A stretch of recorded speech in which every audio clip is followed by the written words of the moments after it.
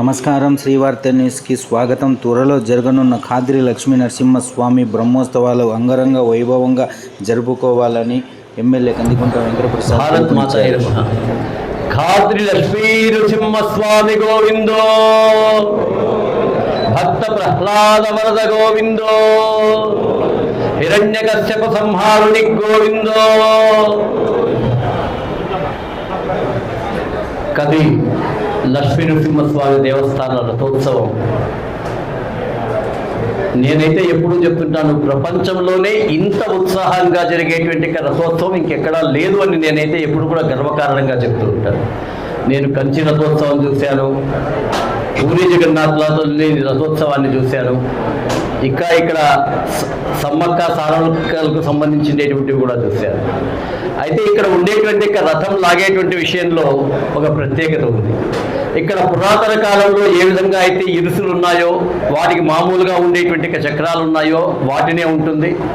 బహుశా నాకు తెలిసినంత వరకు, సబ్జెక్టు కరెక్షన్, ఇంత పెద్ద మోకులు ఉండేటువంటి రథం ఇంతవరకు ఎక్కడ నేనైతే చూడలేదు. తిరుమలలో ఉండేటువంటిది కూడా ఇక్కడ ఉండేటువంటి మోకులో మ్యాక్సిమం ఒక 25% ఉంటుంది. దాంతో లాగితేనే కూడా రథం వస్తుంది. పూరి జగన్నాథ్ రథం కూడా ఒక 200 అంటే మొత్తం అంతా బాల్ బేరింగ్స్ ఉంటాయి కాబట్టి ఒక 200 మంది లాగినా కూడా ఆ రథం ముందుకు కదులుతూ ఉంటుంది. ఇక్కడ ఉండేటువంటి ఆ రథాన్ని భక్తులందరూ కూడా తమ భుజాల మీద మోకులు మోస్తూ, వెనకాల ఆ ఇబ్బందులు ఉన్నప్పటికీ కూడా ఆ వెనకాల ఒక్కొక్కసారి రథం నిలిచిపోయినప్పుడు వెనకాల పెద్ద పెద్ద మొద్దులు వేసి కొంచెం ముందుకు కదిలిస్తే అప్పుడు ముందర ఉండేటువంటి వాళ్ళు వేల మంది ఆ మోకుళ్ళు పట్టుకొని లాగినప్పుడు మాత్రమే రథం కదులుతుంది. నిజంగా ఆ రథం వచ్చేటప్పుడు మన దురదృష్టవశాత్తు ఇంకా మనకు ఇరుకు రోడ్లు ఉన్నాయి. ఎక్కడ పొరపాటున 2 అడుగులు ఏ పక్కకు వెళ్ళినా కూడా అక్కడ మధ్యలో ఉండేటువంటి ప్రజలకు కానీ మెయింటైన్ చేసేటువంటి వాళ్ళకి కానీ ఇబ్బంది వస్తుంది. దీనికి ఈ ఎలక్ట్రానిక్ బ్రేక్స్ కానీ కంప్రెసర్ బ్రేక్స్ కానీ లేవు. ముందర అందరూ కూడా చూస్తుంటాం, మూర్తిపల్లె వాళ్ళు, సీనా వాళ్ళు, తర్వాత జయ, వీళ్ళందరూ కూడా ఒక రకమైతే కింద ఎవరైనా నిలబడి చూస్తే ఎక్కడ మన మీదకి వస్తుందో అనేటువంటి భయం కూడా ఉంటుంది. అందుకే వాలంటీర్స్ అందరూ కూడా చాలా మంది అనేక రాష్ట్రాల నుంచి భక్తాదులందరూ వస్తున్నారు. వారికి సరియైన సేవ చేయడం అనేటువంటిది కదిలి పట్టణంలో ఉన్న ప్రతి ఒక్క వ్యక్తి యొక్క కూడా కర్తవ్యం. అది ఎమ్మెల్యే గారి దగ్గర నుంచి సాధారణ వ్యక్తి వరకు కూడా మన గ్రామానికి అతిథులుగా విచ్చేస్తున్నటువంటి భక్తాదులందరికీ అవసరమైతే మనం కొంచెం తగ్గించుకునైనా సరే వాళ్ళందరికీ కూడా సేవ చేసేటువంటి అవకాశం కానీ, దర్శనం చేసుకునే అవకాశం కానీ, రథోత్సవంలో వాళ్ళకి స్వామి కనపడించేదానికి అవకాశం కానీ అట్లా అలాగే చేస్తున్నారు. మీరు రథోత్సవంలో చూస్తే ఎవరెవరికో తెలియదు, ప్రతి ఒక్కరి ఇంటి మీద ఎవరిని తెలియని వాళ్ళని కూడా పైకి ఎక్కించేసింటారు. రండి, పైకి వెళ్ళండి, దర్శనం చేసుకోండి అనేటువంటి మంచి మనస్తత్వం ఈ ప్రాంతంలో ఉంది. ఇప్పుడే ఎమ్మెల్యే గారు కూడా గతంలో కూడా ఇదే మాట్లాడారు. ఖచ్చితంగా ఈ రోడ్లను వైడెన్ చేయాలి. అలాగే ఈ ఎలక్ట్రిఫికేషన్ లైన్ అనేటువంటిది కూడా బయట లేకుండా, ఎందుకంటే ఇప్పటికీ ఎలక్ట్రిక్ లైన్స్ బయట ఉన్నాయి. మొత్తం తిరుమలలో ఏ స్థాయిలో ఉందో ఆ స్థాయిలో కదిలిని తీసుకుని రావాలని వారు కూటమి ప్రభుత్వం తరఫున అటు కేంద్ర ప్రభుత్వం, రాష్ట్ర ప్రభుత్వంలో తీవ్రంగా ప్రయత్నం చేస్తున్నారు. భగవంతుని దయతో ఖచ్చితంగా సక్సెస్ అవుతుంది. రాబోయేటువంటి రోజుల్లో మన ప్రాంతం అంతా కూడా తిరువీధులన్నీ బ్రహ్మాండంగా తయారయ్యేటువంటి అవకాశం ఉంది. ఇక రథోత్సవం విషయంలో జనరల్గా జరిగేదైనా 2-3 విషయాల్లో మాత్రమే మనం బాగా చూసుకోవాలి. రథాన్ని లాగేటువంటి సమయంలో వెనకాల రథం యథాస్థానం చేరినప్పుడు మిగతా అంతా సాధారణంగా జరుగుతుందండి. దాంట్లో ఎర్ర జెండాలు చూపిస్తూ ఉంటాం. ఎందుకంటే ఎంత పెద్ద మైకులు చెప్పినా కూడా మధ్యలో ఉండేటువంటి వాళ్ళకి వినపడదు. ఎందుకంటే వాళ్ళు చాలా ఉత్సాహంగా ఉంటారు.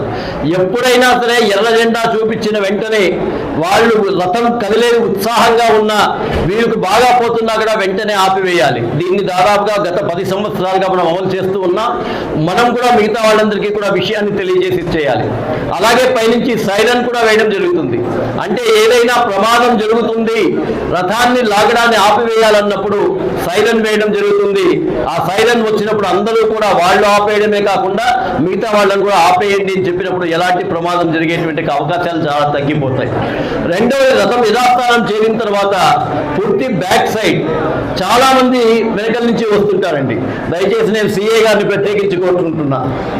సిఐ గారు వెనకాల అంటే మామూలుగా ఏమవుతుందంటే సార్, రథోత్సవంలో మీరు స్టాఫ్ కొంతమందిని నియమిస్తే వాళ్ళు కూడా రథంతో కదిలి అలసిపోయి ఉంటారు.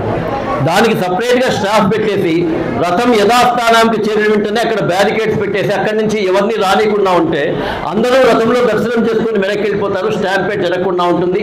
ఈ చైన్ స్నాచర్స్కి అవకాశం కూడా లేకుండా ఉంటుంది అనేటువంటిది ముఖ్యమైనటువంటిది. అలాగే మున్సిపాలిటీ వాళ్ళకి కూడా ప్రత్యేకించి విజ్ఞప్తి చేస్తున్నాం. లాస్ట్ టైం కూడా చేశాం. ముఖ్యంగా శుభ్రత అనేటువంటిది ముఖ్యం. రథోత్సవం జరిగినప్పుడు అనేక మంది నీళ్ల ప్యాకెట్లు ఇస్తారు, ఆహార పదార్థాల ప్యాకెట్లు ఇస్తారు, అందరూ దాన్ని స్వీకరిస్తారు, అక్కడే రోడ్లలో వేస్తారు. మనం దాన్ని ఎవరూ కూడా ప్రివెంట్ చేయలేము. కాబట్టి రథం వెనకాలనే ఇమీడియట్గా మీరు బయట ఊర్ల నుంచి, ఈ ఊర్లలో మాత్రం దయచేసి పెట్టకండి. ఎందుకంటే ఈ ఊర్లలో ఉన్న వాళ్ళు ఎంత ఉద్యోగస్తులైనా కూడా వాళ్ళు మనసా వాచా కర్మన ఆ రథోత్సవంలో పాల్గొనాలి అని ఉంటుంది. వాళ్ళ బంధువులు వచ్చింటారు. బయట నుంచి స్టాఫ్ తీసుకొని వచ్చి ఒక 2 ట్రాక్టర్లు ఇమీడియట్గా ఒక 20-30 మంది వర్కర్స్ని, అది ఎంత కాస్ట్ అయినా ఇబ్బంది లేదు కానీ వెంటనే రథం కదిలిన వెంటనే వెనకాల ఉండేటువంటి క్లీన్ చేస్తూ వెళ్ళేటువంటి ప్రయత్నాన్ని మీరు తప్పనిసరిగా చేయాల్సిందిగా కోరుకుంటున్నా.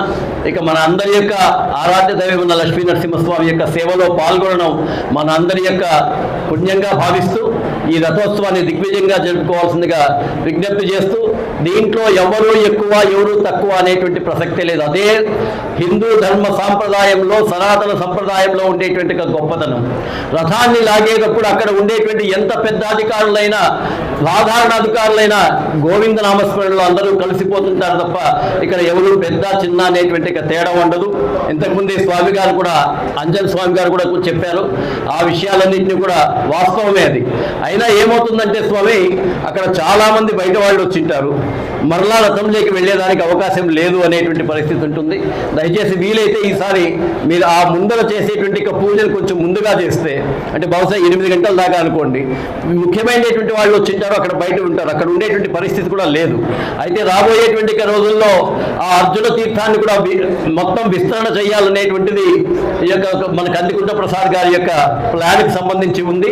అది జరిగితే ఆటోమేటిక్గా అక్కడ కొన్ని వందల మంది ముఖ్యమైనటువంటి వాళ్ళని కానీ సేవా తత్పరులు కానీ ఉంచేటువంటి అవకాశం ఉంటుంది. ఈ సంవత్సరం అది జరగదు కానీ, కాబట్టి మనము వీలైనంత వరకు ఈ రోడ్ల వైడనింగ్ విషయంలో కానీ, ఎలక్ట్రిసిటీ వేసేటువంటి విషయంలో మనమందరం కూడా సహకరించాలి.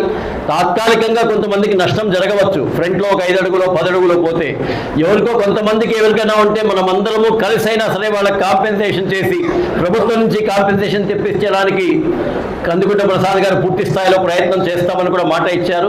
కొంత అటు ఇటు అయినా సరే ఆ రోడ్లు వెడల్పు కావడం ద్వారా మన అస్తిత్వం పెరుగుతుంది, మన కదిరి దేవస్థానం యొక్క వచ్చేటువంటి వాళ్ళ సంఖ్య పెరుగుతుంది, కదిరి వైభవం కూడా పెరుగుతుంది. కాబట్టి వీటన్నిటిలోనూ మనం ముందుకు వెళ్లాల్సిందిగా విజ్ఞప్తి చేస్తున్నాను. ధన్యవాదాలు. వచ్చినటువంటి గౌరవ శాసనసభ్యులు కందికుంట వెంకటప్రసాద్ గారు మరియు స్థానిక ఆర్టీఓ శర్మ గారు, కమిషనర్ కిరణ్ గారు, నారాయణ రెడ్డి గారు సిఐ, అలాగే మాజీ శాసనసభ్యులు పార్థసారథి గారు, ఉత్తమ్ రెడ్డి గారు మరియు ఇతర అధికారులకు మరియు అనధికారులకు, విజువల్ ప్రింట్ మీడియా వారికి మరియు ఉపయోగకర్తలకు, భక్తులకు అందరికీ నమస్కారం. మనము ఈ నెల 9వ తారీఖు నుంచి ఒక 15 రోజులు శ్రీ స్వామివారి యొక్క బ్రహ్మోత్సవం అత్యంత వైభవంగా జరగడానికి అన్ని ఏర్పాట్లు చేస్తూ ఉన్నాము. ఆ కార్యక్రమంలో భాగంగా ఈరోజు ఆర్టీఓ గారి ఆధ్వర్యంలో కోఆర్డినేషన్ మీటింగ్ ఏర్పాటు చేసుకొని అన్ని ప్రభుత్వ శాఖల సమన్వయంతో గత సంవత్సరం కంటే ఇంకా అద్భుతంగా ఈ సంవత్సరం స్వామివారి బ్రహ్మోత్సవాలు జరపాలని నిర్ణయం తీసుకున్నాం. ముఖ్యంగా ఈ ప్రభుత్వ శాఖల సమన్వయంతో ఈ యొక్క గౌరవనీయులు శాసనసభ్యులు కందికుంట ప్రసాద్ గారికి, మాజీ శాసనసభ్యులు పార్థసారథి గారికి, ఈవో అయినటువంటి శ్రీనివాస్ గారికి మరియు ఆర్టీఓ శర్మ గారికి, కిరణ్ గారికి, కమిషనర్ గారు, సిఐ మధు గారికి, ముందరటువంటి రథోత్సవం ఎటువంటి ఇబ్బంది కలగకుండా నరసింహస్వామిని దర్శనం చేసుకుంటామో లేవో తెలియదు కానీ నరసింహస్వామి రథోత్సవానికి వచ్చే ప్రజలకి ఎటువంటి ఇబ్బంది లేకుండా చూసుకోవాలన్న గొప్ప మనసులో ఇక్కడ పనిచేస్తున్నటువంటి అధికారులందరికీ కూడా నా నమస్కారాలు తెలియజేస్తా ఉన్నా. అయితే పెద్దవాళ్ళందరూ కూడా డిస్కస్ చేశారు.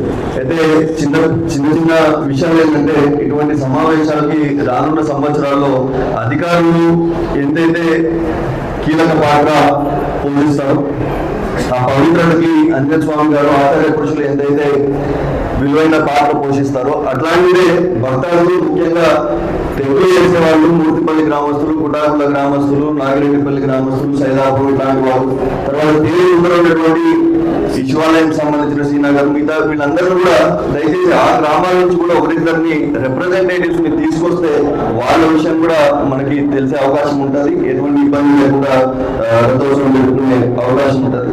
దాని తర్వాత అధికారులు మనం పెద్ద పెద్ద విషయాలు అయితే ఆలోచిస్తాం. ఇప్పుడు అడ్వకేట్ సుబ్బరాజ్ గారు చెప్పారు, చిన్న చిన్న విషయాలు కూడా మనం వేరే ఊళ్ళో వెళ్తే ఒక గుడికి వెళ్తే ఎట్లాంటి సమస్యలు అయితే మనం ఇబ్బంది పడతాం. ఎగ్జాంపుల్ రథోత్సవంలో చెవి వెళ్తారు, లేకపోతే నరసింహస్వామిలో ఇప్పుడు మండు టెండలు నడుస్తా ఉన్నాయి. అయితే ఒక కార్పెట్ కానీ ఒక కూలీల పెయింట్ కానీ ఇవన్నీ చూడడానికి చేయడానికి చాలా చిన్న చిన్న విషయాలుగా కనిపిస్తాయి, కానీ వచ్చే లక్షలాది మంది భక్తులకి ఎటువంటి ఆటంకం కాకుండా చేయాలంటే ఇలాంటి చిన్న చిన్న విషయాలు చేయాలి. అయితే ప్రతి ఒక్కటి కూడా గవర్నమెంట్ తోనే జరగాల్సిన అవసరం లేదు. ఎందుకంటే కొన్ని ఇక్కడ ఉన్నటువంటి ఎగ్జాంపుల్ ఉదాహరణ చూస్తే అన్ని ప్రభుత్వాలు అనుకుంటే ఒకటి టెక్నికల్ ఇష్యూస్ ఉంటాయి లేదా ఫండింగ్ ఇష్యూస్ ఉంటాయి. అయితే ఇక్కడ నరసింహస్వామి ఆయన గొప్పతనం ఏంటంటే ఏదైనా ఒకటి మొదలు పెడితే నరసింహస్వామి జరిపించేసే ఆనవాయితీ ఈ రోజు ఈ ఆలయానికి ఉండడం జరిగింది. గతంలోనే మిఠాల రాసాయన మాజీ ఇక్కడ పండుగ భక్తి విషయంలో కూడా ప్రభుత్వంలో పెట్టుకుంటే టైం టేకింగ్ ప్రాసెస్ అని చెప్పి ఇక్కడే కదిలి ఉన్నటువంటి పురోగమనం ద్వారా ఇక్కడ ఉన్నటువంటి భక్తుల ద్వారా ఆ వంటలు కూడా చేయించుకుంటే ₹1 ప్రభుత్వ ఖజానా నుంచి అవసరం లేకుండా ఉన్నటువంటి స్థానిక భక్తాలే తీసుకొని రోజు పంటల పట్టు కూడా చేయించే అవకాశం రోజు నరసింహస్వామి కల్పించారు. అట్లానే చూస్తే కళ్యాణోత్సవాన్ని ముందు కళ్యాణోత్సవం ఎట్లా జరుగుతుండేది, ఇప్పుడు దాదాపు 7-8 సంవత్సరాల నుంచి అనుకుంటుంది. అది 3 గంటలు కనుక ప్రచారం గారు ప్రభుత్వం పైన ఆధారపడకుండా తన సొంత నిర్వహించి కళ్యాణోత్సవం యొక్క వైభవాన్ని ఏ స్థాయిలో తీసుకెళ్లాలనే విషయం కూడా ఉంది. కాబట్టి అధికారులు సన్నాహక సమావేశానికి హాజరైనటువంటి పెద్దలకి, ఆలయ అర్చకులకి, ఈవో గారికి, అధికారులకి, పాత్రికేయ మిత్రులకి, పుర ప్రముఖులకి అందరికీ కూడా పేరు పేరు నమస్కారాలు. మొదటిగా శానిటేషన్ మీద ఫోకస్గా పోదామని చెప్పేసి మున్సిపల్ కమిషనర్ గారికి చెప్తున్నాను. అదే రకంగా ప్రాపర్ కోఆర్డినేషన్ పెట్టుకోండి. ఇప్పుడు కొత్త మీరు తిమ్మమ్మ మరిమానో లేదంటే గ్రామాల్లోనో కన్సిడరేషన్ పెట్టుకోవద్దండి. మీరు పెద్ద క్రౌడ్ని ఎక్స్పెక్ట్ చేస్తూనే పెట్టుకోండి. దీంట్లో మీరు మొదటిగా చేయాల్సింది ఏమంటే ఇందాక పబ్లిక్ టాయిలెట్ చెప్పుకున్నారు. ఎవ్రీ టైం మనకు అదొక ఇష్యూ ఉంది. మీకు ఆ ఏరియాలో ఈ రకంగా కాకుండా రేపు మళ్ళీ ఒకసారి మీటింగ్ పెట్టుకుంటే బాగుంటుంది. ఈవో గారు టెంపుల్లో కాకుండా ఆర్డీఓ ఆఫీస్లో పెడితే బాగుంటుంది మన ఉద్దేశం. ఇక్కడ ఎందుకంటే ఐసోలేట్ అయితేనే మంచిది, మీకు అవుట్పుట్స్ వస్తాయి. ఇక్కడైతే మళ్ళీ అన్ని మెస్అప్ చేసుకుంటున్నాం మనం. This has become routine. ఆర్గనైజ్డ్కి పోవడం మనం. ఈ మీకు బయట నుంచి వచ్చే బస్సులు కూడా మీరు ఇంకా కొద్దిగా బయటికి ఆపేసి ఆర్టీసీ వాళ్ళకు ఒకటి విజ్ఞప్తి చేస్తాను. ఫ్రీ బస్సెస్ ఏదైనా మీరు ఆపరేట్ చేస్తే, ఎస్పెషల్లీ మోహినోత్సవం రోజు కావచ్చు,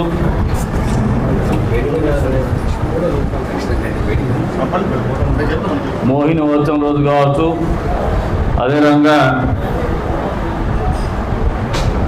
రథోత్సవం రోజు కావచ్చు, కదిరి పున్నం రోజు కావచ్చు, ఈ 3 రోజులు ఎప్పుడైతే రద్దీ ఎక్కువ ఉంటుందో ఆ రోజున ఊర్లో మూవ్మెంట్ రిస్ట్రిక్ట్ చేసుకొని అక్కడ నుంచి ఫ్రీ బస్సెస్ ఆపరేట్ చేసి దానికి ఇంకరీజ్ ఎక్స్పెండిచర్ ఏదైనా ఉంటే కూడా మనం దాన్ని మీట్ కావడానికి ఎట్లా అనేది ఏదైనా ప్లాన్ చేద్దాం. ఫ్రీ బస్సెస్ ఏర్పాటు చేయండి. ఆటో వాళ్ళకి పెట్టినా వాళ్ళు టోపీలు వేస్తారు. ఫ్రీ బస్సెస్ పెట్టేసి ఉచిత బస్సు అని పెట్టేసి దానికి బోర్డు పెట్టించేద్దాం. బయట నుంచి వాళ్ళు వచ్చి రావడానికి పెడతాం. టాయిలెట్స్ కూడా మీరు అక్కడ పార్కింగ్ చేసే చోటే అక్కడే పెట్టేసేయండి, మొబైల్ టాయిలెట్స్. అక్కడ మీకు ఏమన్నా ఈ ఏరియాలో ఎక్స్పెండిచర్ పార్ట్లో ఏదన్నా మీకు మీట్ కాలేకపోతే మా దృష్టికి తీసుకురండి. అంతేగాని డోంట్ కాంప్రమైజ్. దీంట్లో ఎక్కడ కూడా కాంప్రమైజ్ అవ్వద్దండి. అదే రకంగా ఇందాక పెద్ద సుబ్రాజ్ గుప్తా గారు చెప్పారు, తాగునీళ్ళు కానీ మజ్జిగ ప్యాకెట్లు కానీ ఇటువంటి కార్యక్రమాలు ఏమైనా ఉంటే కూడా ఎక్కడ కూడా కాంప్రమైజ్ అవ్వద్దండి. 3వది ఏముందంటే విజిలెంట్గా ఉండండి, సర్విలెన్స్. సర్విలెన్స్ పోలీస్ మీద నాకైతే ఒక నమ్మకం ఉంది. పట్టణంలో శాంతి భద్రతలు బాగున్నాయి. కాకపోతే ఇంకా కొద్ది వరకు ఈ గంజాయి వాళ్ళ బ్యాచ్ని కొద్దిగా ఇంకొంచెం సీరియస్గా తీసుకోగలిగితే, మీరు పనిచేస్తున్నారు అయినప్పుడు ఇంకొద్దిగా సీరియస్గా తీసుకోగలిగితే మంచి ఫలితాలు వస్తాయి. కాకపోతే బ్రహ్మోత్సవాల సమయంలో దాని గురించి ప్రస్తావించడము పొరపాటు అయ్యుండొచ్చు, కానీ ఖచ్చితంగా దాని మీద విజిలెంట్గా ఉండండి.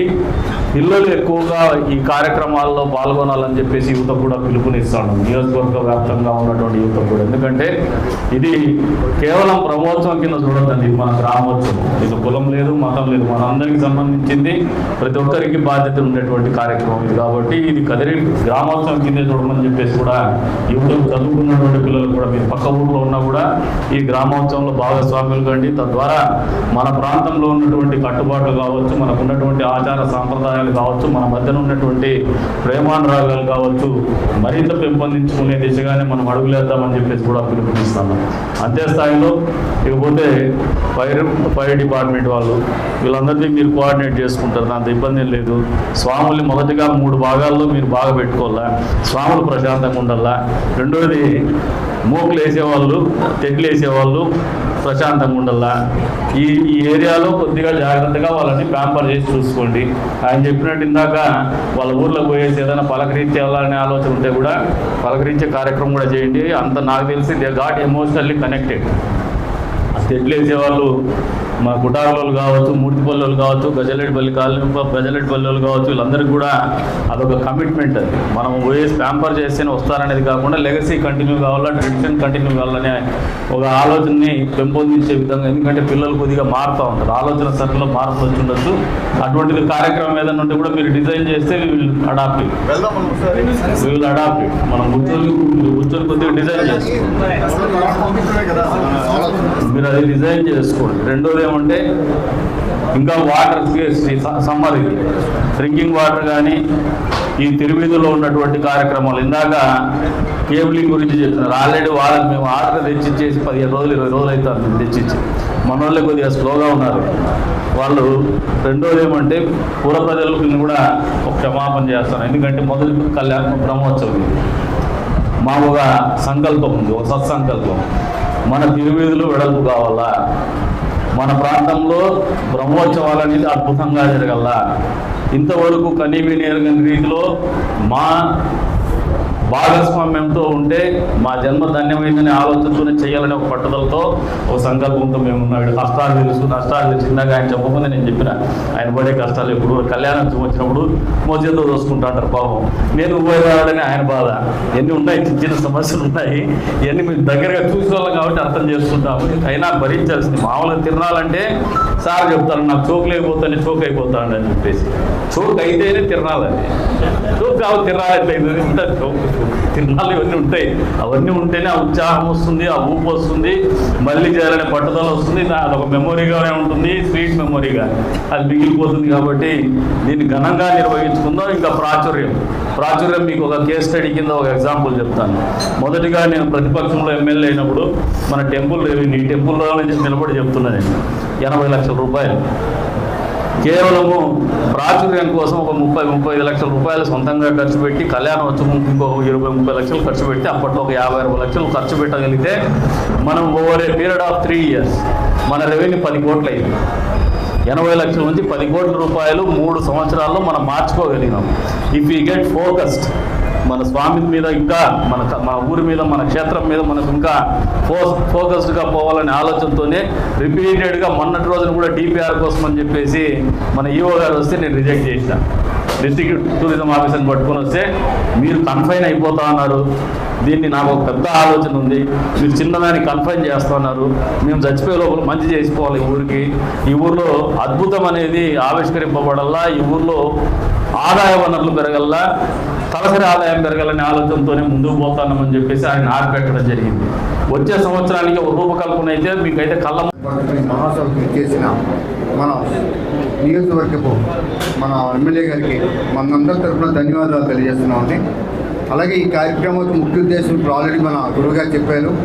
ప్రతి ఒక్క మరో విషయం సారీ, ఈ యొక్క విచ్చేసిన అధికారులకు, అలాగే press and print media electronic వాళ్ళకి, వివిధ డిపార్ట్మెంట్ అధికారులకు, అలాగే ఈ యొక్క సభ మీద విచ్చేసిన పెద్ద పెద్దలందరికీ కూడా మరొకసారి నమస్కారాలు తెలియజేసి ఈ యొక్క కార్యక్రమంలో ముందు ఏ శాఖ వాళ్ళు ఏ విధంగా నిర్మించాలనేది ఆల్రెడీ మనకి మీకు ఇప్పుడు చెప్పబోతున్న వివరాల్లో ఉన్నాయండి. గతంలో ఏ విధంగా అయితే మనం వివిధ శాఖలకు సమన్వయంతో ఈ యొక్క ప్రోగ్రాం బ్రహ్మోత్సవం జరిపారన్నది అప్పుడు మేమైతే లేము. అది ఆల్రెడీ గతంలో మన ఎవరైతే ఇక్కడ ఉన్నారో వాళ్ళందరూ కూడా తెలియజేస్తారు. అయితే ఏదైనా సరే స్టాండర్డ్గా ఆర్డర్గా ఏముంటుందంటే డిఫరెంట్ డిపార్ట్మెంట్స్కి వాళ్ళకి సంబంధించిన ఏదైతే సహకారం అవసరం ఉంటుందో, ఇప్పుడు మన ఈ యొక్క దేవస్థానం గురుగా చెప్పినట్టుగా ఆ రకమే సహకారం అందించాలండి. అందులో ముఖ్యంగా చూసినట్లయితే మనకి ఆర్ఎంపీ అవ్వచ్చు, అటవీ శాఖ అవ్వచ్చు, excise department, revenue, police, municipal commissioners, అలాగే electrical department, different all departments నుండి కూడా వాళ్ళ తరపు నుండి ఏమేమి చేయాలనేది మీకు మేము ఆల్రెడీ ఒక బుక్లెట్ రూపంలో ఇస్తామండి. మీ దగ్గర మీ యొక్క స్టాఫ్ వివరాలు దగ్గర మనం సార్ రాకుండా కూడా మనం ఈ విషయం మాట్లాడుకున్నాం. ఎవరెవరు ఏ డిపార్ట్మెంట్ నుండి ఏ వర్క్ చేస్తున్నారు, ఎవరు డిప్లాయ్ చేస్తున్నారు ఇక్కడికి, వాళ్ళ వివరాలతో పాటు వాళ్ళ ఫోన్ నెంబర్స్ మాకు ఇవ్వండి.